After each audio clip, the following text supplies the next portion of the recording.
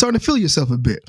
And so early on in college for me, it was a big part about learning me and trying to just bring out my personality. I was just focused on that because when it came to look wise, I struggled with acne and things like that. So I'm still trying to mold into my look, like even as far as for my body, as far as just things like that. I was kind of a late bloomer with that. And so even with experiences, I was a late bloomer.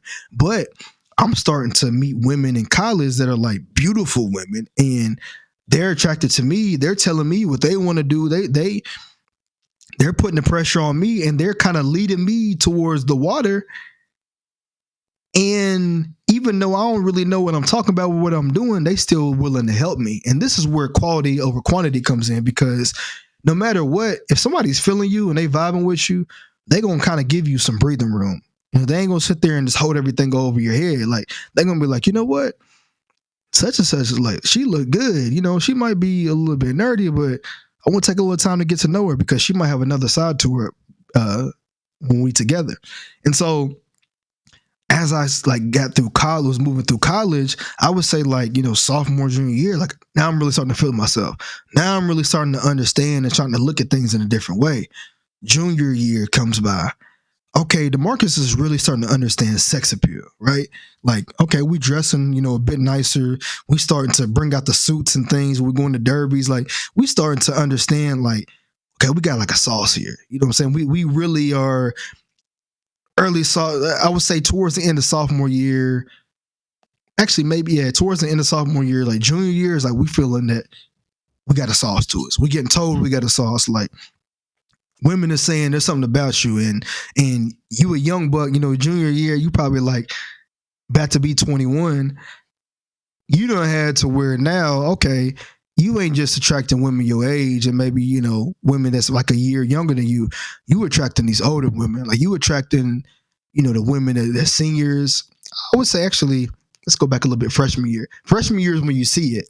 So freshman year, you attracting some of the senior women because they see you the young buck, you the young bull, you coming in, you fresh meat on, you fresh meat in the what do you call it? The you fresh meat at the butcher.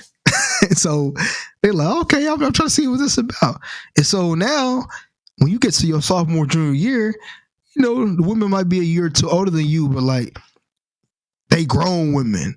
And so then you stepping outside of college territory, you seeing women 28, 29, you seeing beautiful grown women that know what they want, what they about.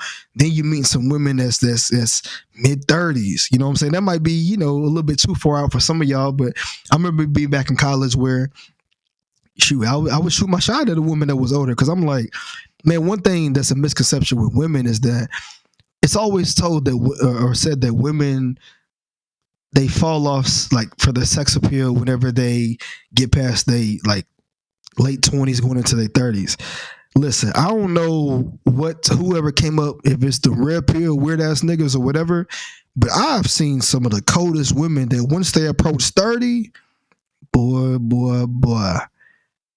I'm talking about, I ain't trying to, be too wild, but the bodies is fully figured, the beauty, the sex, it's just the sex appeal is just, it's different. And there's some women that peak early on in their 20s, but man, there's some women that grow into their best self as a woman, and as a man, it's just it's different when you're able to attract those type of women. So, like I said, as you're going through and figuring out your sex appeal, sophomore, junior year, you're really feeling it. And then what I really noticed is that once I got out of college, a lot of things changed for me in a beautiful way. When I got out of college, see, when it came to learning about my style, how to dress, all these type of things, it was new to me in college because this is I'm in a space by myself. I got a job now, so I'm able to buy certain things. When I was younger, my parents would do the best that they could, and I was able to have nice clothes and stuff like that. But my parents weren't trying to style me. And some people get styled. They were just like, "Hey, this is a nice casual look, cool. Sweatpants. I always like to wear sweatpants, cool." Once I graduated college. And again, this is where how DeMarcus thinks is different, because a lot of times I'm ahead of the game before things get to me. I'm always open to feedback. I'm always open to people helping me out. But there's a good amount of topics where it's hey, I was already thinking about that. I already had my mind state in that. But hey, I appreciate you for actually taking it a step further. When it came to how I dressed, when it came to learning how to please a woman, when it came to learning how to attract a woman, when it came to just the sauce and the style, I had always envisioned what that looked like for me. And like I said, in college, I started off like learning how to get it, and then I got it towards the end of college. But I really figured it out once I got out of college. And the craziest thing is getting out of college was running right into the pandemic. But I remember sitting back during the pandemic, and I had looked over in one of the bins that I had, and I said, you know what? I've been able to buy all these clothes, all these shoes that I have. I've been able to buy all these shoes, and these were good quality fits. And I said, what's crazy is I haven't even really brought out any of these fits. A lot of this stuff's from college, but I didn't really wear this in college because I wasn't really focused on styling. I'm focused on being comfortable, going to class. Yeah, I'm gonna go out and party, talk to women, but I'm not really putting the look at the forefront.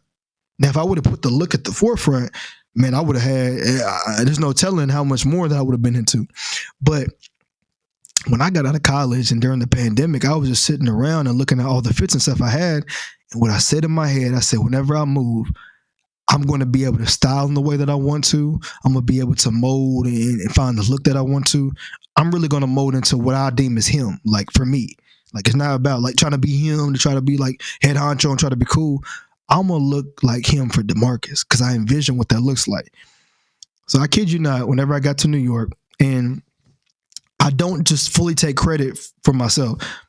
There's some women that I've dated where they was able to help me get some style or to be able to focus on some of the things, or the items that I would wear and stuff like that. So it's not just me, hey, you know, DeMarcus is doing it. He ain't need help from nobody. Like, no, like I think women can give you some of the best advice when it comes to certain looks. But also for men, I think we also have to kind of like step in a little bit because sometimes women will want you to dress like a guy a celebrity that they may be attracted to, or they may give you some tweaks based on like, you know, the new style of dressing today where, you know, guys are wearing more tight stuff. So there has to be a balance because as men, we're going to kind of see more styles that we see men wear, you know, and they're going to more so see styles that they feel is appealing based on what they see on maybe men that they're attracted to. But here nor there, as a man, I enjoy being able to get some tips from women I've been intimate with or from lady friends. And so, but I knew in my head, I said, once I get into this new city, wherever I'm going to be at, I envision like I'm going to be able to have some style to me. And I can't wait to be able to bring out my shoes and all that. When I got to New York, it's funny nowadays, even one of my, she's a super dope friend of mine. She's like a sister to me. I remember I was talking to my friend Cheyenne one day and she said, DeMarcus, like, it's crazy. Your style has changed. Like, you really be dressing fly, like your style and everything. It's totally different than college. Like in college, you dressed really comfortable. You used to be in sweats and stuff all the time. Like you really got this style stuff down. And I'm like, man, I really appreciate that, Shy, because the whole time I'm envisioning that as I'm going through college and as I'm learning, but I'm not really putting my money towards that. I'm trying to put my money towards, you know, learning stocks towards the end of college. I'm trying to put it towards like, you know, paying off bills, you know, some of my loans and all that. Like, I'm not really focused on the other things that people are focused on in regards to getting attention and stuff like that. I'm focused on more so trying to learn how to be great and even going through debts and stuff like that. I'm trying to learn like how I can be able to take certain risks with my money. And so fashion was not really a priority for me at that point. But as I got to New York, and it's not even being in a place that's really, you know, this fashion based, because there's a lot of styles in New York where it's not my type of style. I have like a Southern charm, Southern's like smooth type of style to me. And so what I had to do was just try on different fits and stuff like that. And what I was able to do was find like a few fits where I could be able to interchange. And that really gave me my style. And that was just one piece. As I continue to move forward now, I was able to like work on getting keloids removed, you know, learning how to be able to shape my hair, be able to comb my hair in a different way, brush my hair in different ways to be able to get a style. Now, you know, people haven't seen me in a minute, but I've gotten all my keloids removed on my face and the back of my neck. So now I'm able to fully get the look that I want. When it comes to weight, people don't even know I've lost 26 pounds so far. And it's been, it's probably going on about 2 months, but I probably would be down even more weight this month. But because I have my keloid removed on my face, I can't really work out. I can't work out like that because what it'll do is it'll tear off the stitches or break the stitches on my face. So the good thing is I've been able to maintain that 26 pounds for a month. So I lost 26 pounds in 1 month, and then the other month I've been able to maintain. So whenever I get back on my workout and stuff next month, I'm gonna be full throttle. But this is what I say over time. For me as a guy, I've been able to really work on those things for myself that have molded into my sex appeal. And as a man now at 28, I would say from like probably like 22 to probably 21 to about 28 now, what helped me to also feel confident in myself is I've had women tell me like the things that I do, how it makes them feel. Like the way in which I may look at them, the way my eyes are, the way in which I like, may just the way in which I may talk, the way in which I may touch and feel on them when we're intimate. Like I've gotten a lot of comments on women telling me, and beautiful cold women telling me like, DeMarcus, you got some sex appeal to you. Like there's something about you that's just like, you making me feel this way. Like you making me just feel something on the inside. And the amount of times that I've gotten that, and I'm talking about like, I would never go into detail about, the particular woman or women and give their names or anything like that. That's corny. But these women are like, there's not any type, some of these women are beautiful women, like where guys would like, top level guys have went out of their way to try to like prove themselves to these type of women or try to like buy these women excessive type of things and all that. Like, and it's not even about, I don't even like to speak it even in that type of way sometimes because I'm a guy where I'm not trying to be cocky or nothing. I'm just being able to talk about my real experience because if you've heard on my other episodes, you know how insecure that I felt as a kid and how hard it was for me to find myself attractive. So me being able to learn that about myself and learning that I've been able to mold into having certain qualities, like it just makes me feel good. It's not something to really brag about. Like, oh, I'm able to attract all these women or whatever. It's not the case. Like I just feel good as a man knowing that I'm able to get results, as I always say, off of being my true self and being my authentic self, having that integrity. So the fact that like women were able to tell me, DeMarcus, like there's something about you, like there's something about the way in which you do this, the way you touch me, you have sex appeal. And I never thought that. It probably didn't even really, even though I was told that, it probably really didn't even click for me probably until about like 3 years ago. Probably until about 3 years ago, probably when I first got to New York, just the way in which I was able to attract certain women and in the way in which I would even, get responses from women that knew me and then see me, grow into the man, into the look that I have nowadays.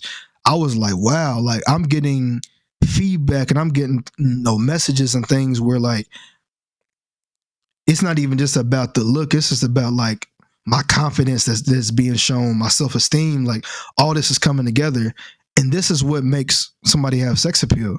I can only say I hadn't felt like I had sex appeal, but based on me getting certain results and based on women telling me that I have, the older that I've gotten, I'm like, okay, I see it now. Like there's certain things that I may notice about myself. There's certain zones that a woman can have me in where it's like, it makes me really exude that sex appeal. So if you're someone that like struggles with that, it's something just to take time to work on. Like sex appeal, again, isn't all about just the physical look. It's about your presence. Like as a man, how do you stand in a room? Like there's some guys that think that they head honcho, like I said, they think that they tough as shit. They think that they're cool as hell when they come into a room, but they want to do everything to try to like prove to everyone in there that they're the head honcho.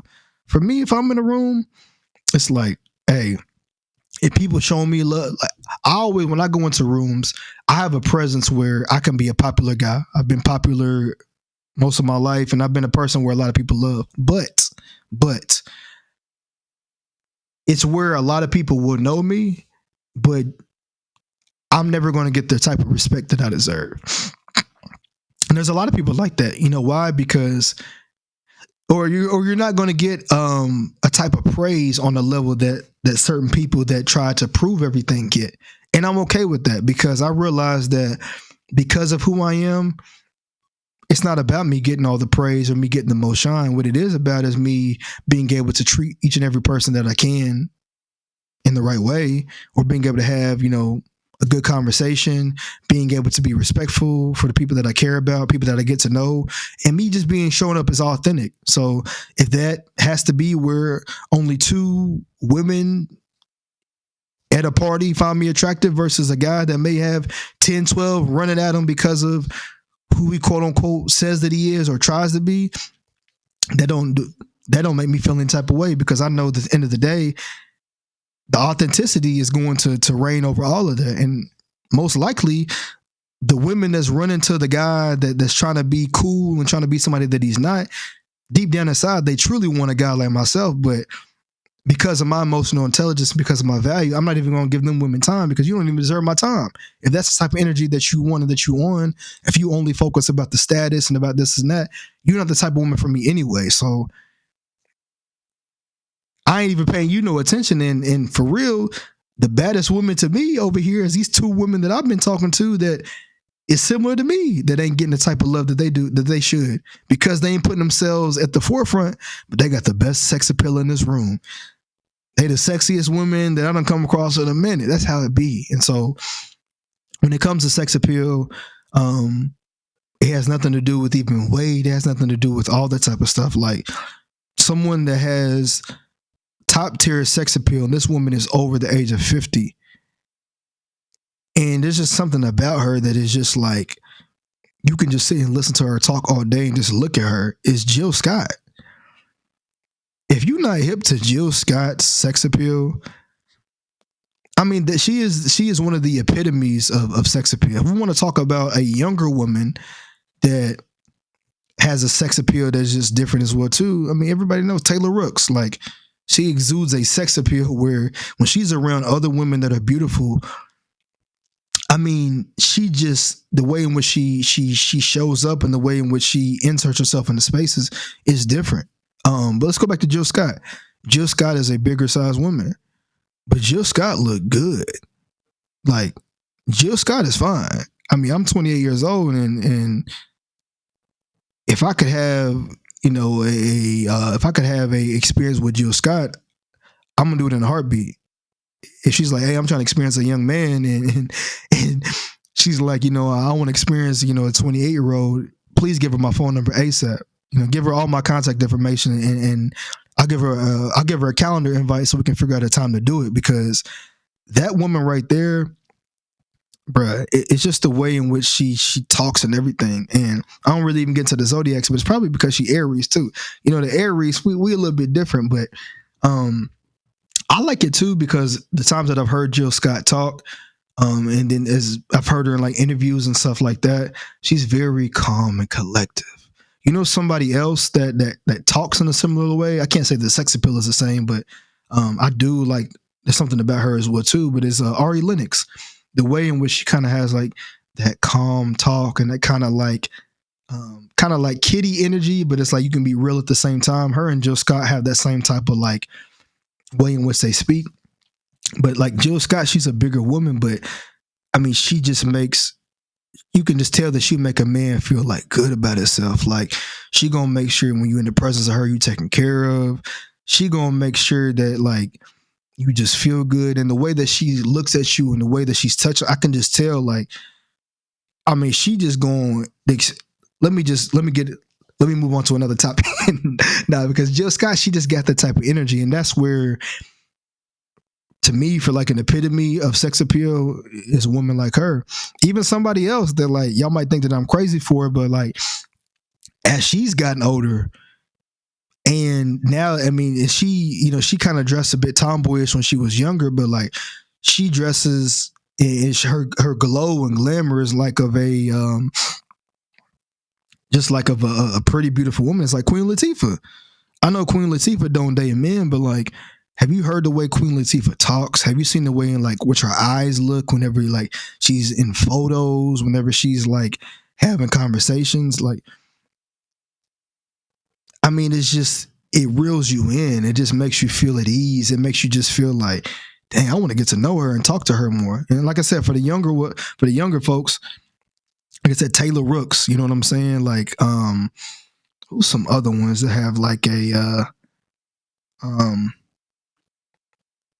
It's not on the top of my head right now. I can't really think, but yeah, just in the way in which, like I said, that she moves is just she. The thing with Taylor Rooks, for what I noticed, she also knows what she's doing as well too, because you can see like when she's talking, she has this way in which she might like bite her lip, lick her lips, and it's like she knows that she's looking into your eyes. And I feel like for me as a guy, like there's times now because like women tell me about my eyes, like I really focus so much on eye contact, and it's not me trying to like, when people like lift their lips and like grab their chin, they ain't trying to do that, but there's a way in which you can lock in just to be able to get the energies and stuff to be able to collide or to be able to form together. And so the way in which she moves her eyes and stuff like that, like for me as a guy, that's attractive because it's like you locked in, you actually paying attention to what I'm saying. But I think my Mount Rushmore, my number one for sex appeal, it gonna have to be Just God. There's some other women that I'm missing, of course. I'm trying to think, who else could I say? Let me look up some celebrity women right now while I got my phone out, because I got my phone out right here. And hold on a second. Let me look up celebrity women. Hold on, y'all. I'm still here. Let me see. Let's see. Listen, I think she a little bit wild, but Gabrielle Union got a sex appeal. Of course, yeah, Gabrielle Union, she got a dominant sex appeal. You're gonna have a crazy experience with her. Lisa Ray, Megan Good. I mean, come on now, like Lauren London. What's the ones that may be a bit slept on though? I'm trying to look up some ones. Let's see.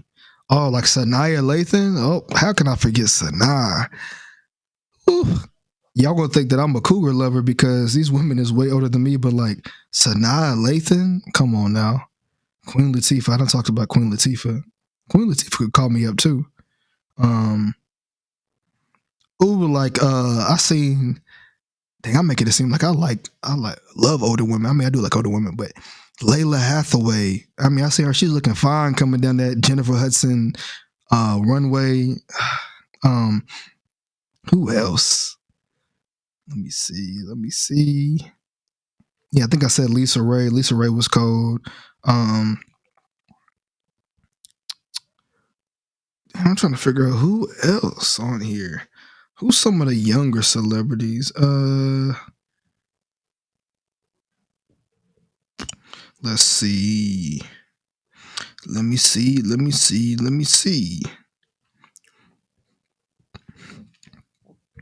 Okay, I think Zendaya, she does have like a sex appeal to her. I am not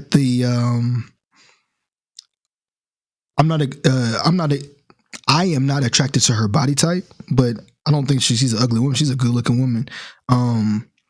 This is gonna be crazy, but I think a woman like Chloe Bailey is an attractive woman.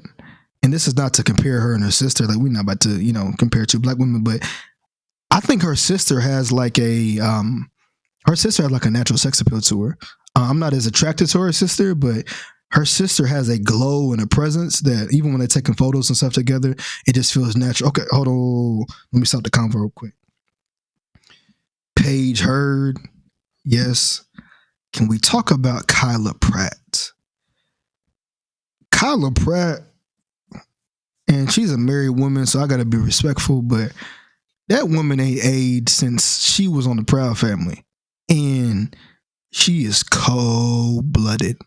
She's fire. I mean, that's what I'm talking about when these dudes or the red pill or whatever they try to say, whatever the pills or whatever shit you talk about, when they try to say that women don't be looking good in their 30s or the sex appeal falls off, have y'all seen Kyla Pratt? Have y'all seen Logan Browning? I mean, have y'all seen Paige Hurd? Did I say, have y'all seen Kyla Pratt? Like, the fuck are we talking? Have y'all seen Coco Jones? Like, what are we talking about? Like, listen, Kyla Pratt, I just seen it. She's 38 years old. That woman is fine as wine for real. Have y'all seen Brandy?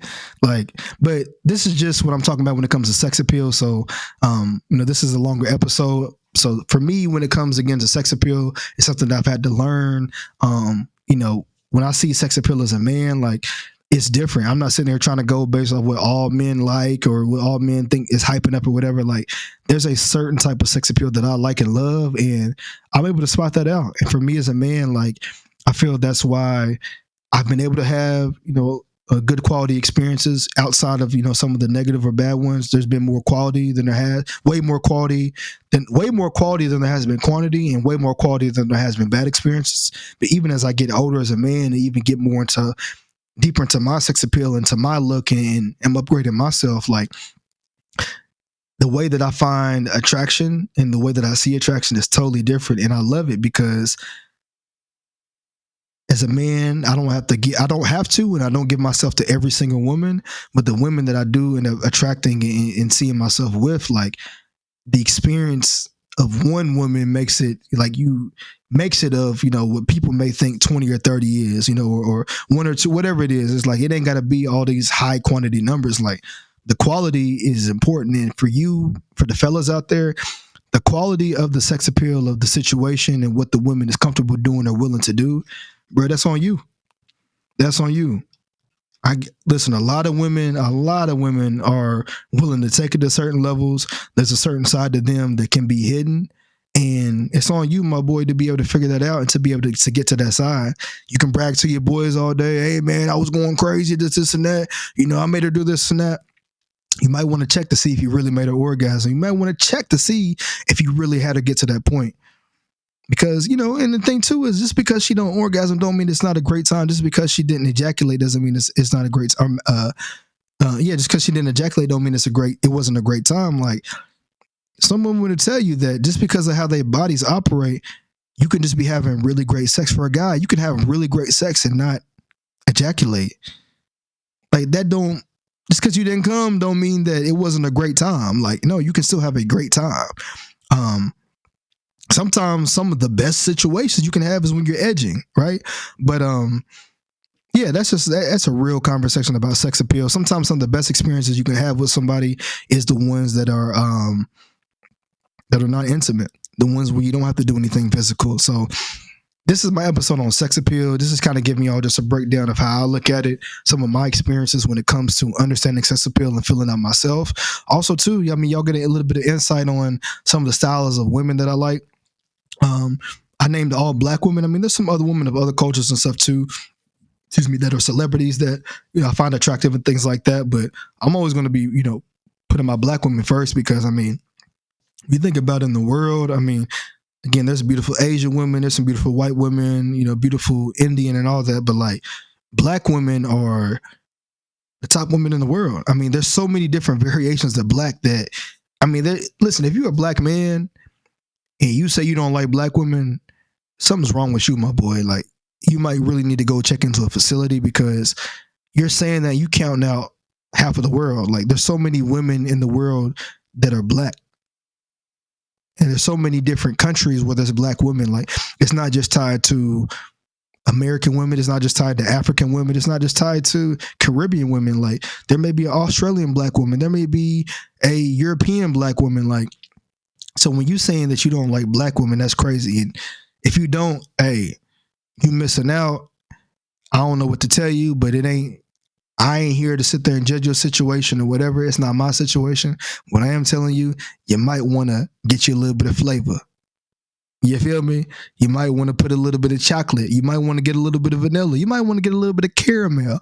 But if the only thing that you have is chicken with no seasoning, it might be time to upgrade a little bit. So, but that's your boys episode for today. Like I said, when it comes to, again, even for me as a Black man, there's women that are not Black that have sex appeal, women that I've been with that are not Black that are beautiful women and stuff like that. So this isn't, to shame any other women or nothing like that. I'd be crazy. I think there's so many beautiful women in the world. There's not just one type of woman that is beautiful. But for me as a Black man, I do have to say at the forefront that, I got to prioritize my Black women. And as far as preference wise, like, Black women are always going to be at the top for me, and be my number one, because one, I'm a Black man, and, like, Black is beautiful. Like, Black women are the blueprint. Black women they're just different. Like I don't even know how to really, continue to explain it. Like if you don't feel it, if you ain't seen it, I don't know what to tell you. But that's the life of a multifaceted. My time is up. It's your boy DeMarcus, and we out of here.